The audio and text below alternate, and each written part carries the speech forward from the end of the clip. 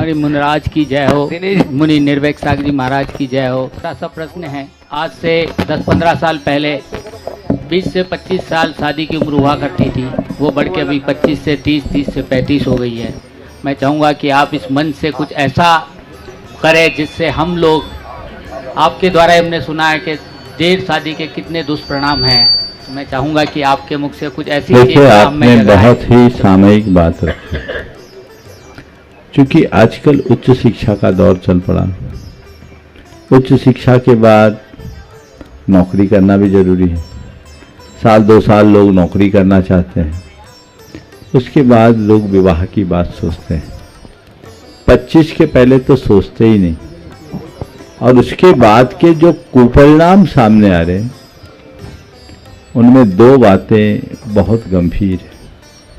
पहली तो ये कि लेट मैरिज के पीछे संतानोत्पत्ति में बहुत दिक्कतें होती हैं, डॉक्टरों के चक्कर काटने पड़ते हैं। और दूसरा, ये सब चिकित्सक भी बोलते हैं, और दूसरी बात, आपस में ईगो क्लैश ज़्यादा होता है। आज तलाक के कारणों में एक बड़ा कारण ये भी है, हमारे शास्त्रों के अनुसार विवाह कन्या का होता है, और कन्या 20-22 साल तक होती है। उसके बाद तो वो परिपक्व युवती बन जाती है। दाम्पत्य जीवन तभी सफल होता है जब सभी लोग एक दूसरे के पूरक और प्रेरक बनकर के जिए, एक दूसरे के भावनाओं का ख्याल रखते हुए एक दूसरे के प्रति समर्पित होकर के जिए। पर जब ज़्यादा पढ़ लिख जाए, अच्छा पैकेज पाने लगे और किसी पर डिपेंडेंसी ना हो, उम्र भी परिपक्व हो जाए, तो वहाँ अहंकार आ जाता है। और जब अहंकार आता है तो हमारे संबंधों के बीच दीवार खड़ी हो जाती है, और जहाँ ये दीवार होगी वहाँ रिश्तों में दरार। इसलिए इस बात पर बहुत गंभीरता से विचार करना चाहिए, सोच बड़ी होनी चाहिए।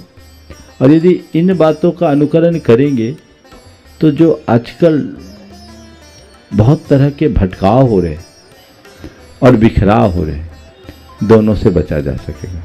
हमें इन बातों पर बहुत गंभीरता से विचार करना चाहिए, और बच्चों को ये बात अच्छे से समझाना चाहिए कि जीवन साथी का चुनाव एक साधारण निर्णय नहीं है, पूरे जीवन को निर्बाध आगे बढ़ाने का संकल्प है। उसके लिए पूरी समझ होनी चाहिए, वैसी समझ लेकर के चले और अनुभव के साथ चले तो बहुत बहुत अच्छे परिणाम आएंगे। आज सब में स्वतंत्रता की बात आ रही है, लेकिन धीरे धीरे जो परिणाम आ रहे हैं वो हम सब देख रहे हैं। माँ बाप जैसे तैसे विवाह करते हैं, और थोड़ी दिन बाद जब दोनों अलग अलग हो जाते हैं तो माँ बाप के पास अपना सिर पकड़ने के अलावा कुछ नहीं बचता, और उनका भी कैरियर चौपट हो जाता है। तो इस पर गंभीरता से विचार होना चाहिए। युवक युवतियों को ये बात अच्छे से समझाना चाहिए, और उसे तथ्यों के आधार पर समझाना चाहिए। केवल धर्म की बातें, समाज की बातें या शास्त्रीय बातें कहने से उनको समझ में नहीं आती, लेकिन जब इन बातों को हम तथ्यात्मक तरीके से बताएं तो बहुत फर्क पड़ता है। मुझे एक चिकित्सक ने बताया कि दुनिया में इस बात पर बहस चालू हो गई कि लेट मैरिज रुकना चाहिए। ये बहस बहुत तेजी से हो गई। तो ये तथ्य है, इसके पीछे वैज्ञानिक आधार है, हम लोगों को बताएं।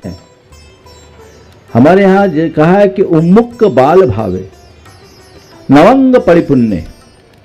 कन्या जैसे ही बाल भाव से मुक्त हो जाए, जिसके नवंग परिपूर्ण हो जाए, वो विवाह के योग्य हो गई। बाल विवाह का जैन धर्म में कोई स्थान नहीं, उसका निषेध है।